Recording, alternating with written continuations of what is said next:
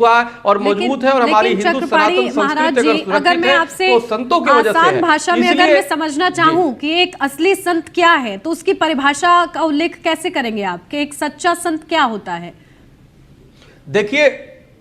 देखिए उन्नति जी, वृक्ष कबहु न फल बछय, नदी न संचय नीर, परमारथ के कारण साधु भया शरीर। परमार्थ के लिए व्यक्ति संत बनता है और वो होता है। और संत कोई एक वस्त्र का नाम नहीं, संत एक स्वभाव है। सवाल इस बात का, जो परमार्थ के लिए काम करता है, जो दूसरे के लिए समर्पित रहता है, जो मानवता के लिए समर्पित है और परमात्मा को आधार मान करके सेवा कार्य कर रहा है, वो सभी संत की श्रेणी में आते हैं। हमारे यहाँ वेद कहता है मनुर्भव, मनुष्य बनने की प्रेरणा देता है हमारा शास्त्र। सवाल इस, जो मनुष्यता को समझता है, जो जानता है, जो उसके लिए सेवा कर रहा है, तो वही परमात्मा की सेवा है। क्योंकि एक बार एक जिज्ञासु विदुर जी महाराज से प्रश्न करता है उन्नति जी कि जीवन का उद्देश्य क्या है, तो विदुर जी महाराज उत्तर देते हैं जीवन का उद्देश्य स्वर्ग और मोक्ष की प्राप्ति है। तो जिज्ञासु पुनः प्रश्न करता है कि स्वर्ग मोक्ष मिलता कैसे है, तो विदुर जी महाराज कहते हैं कि जो व्यक्ति जीवन भर परमात्मा का नाम ले और जो जीवन भर गरीब असहाय दीन दुखियों की सेवा करता है, तो मरने के बाद उसे स्वर्ग की मोक्ष की प्राप्ति होती है।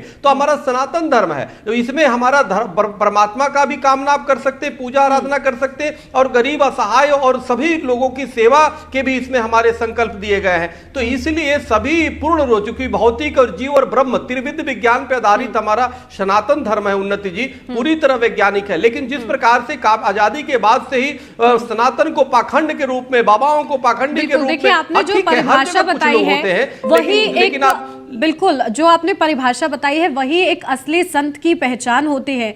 लेकिन क्या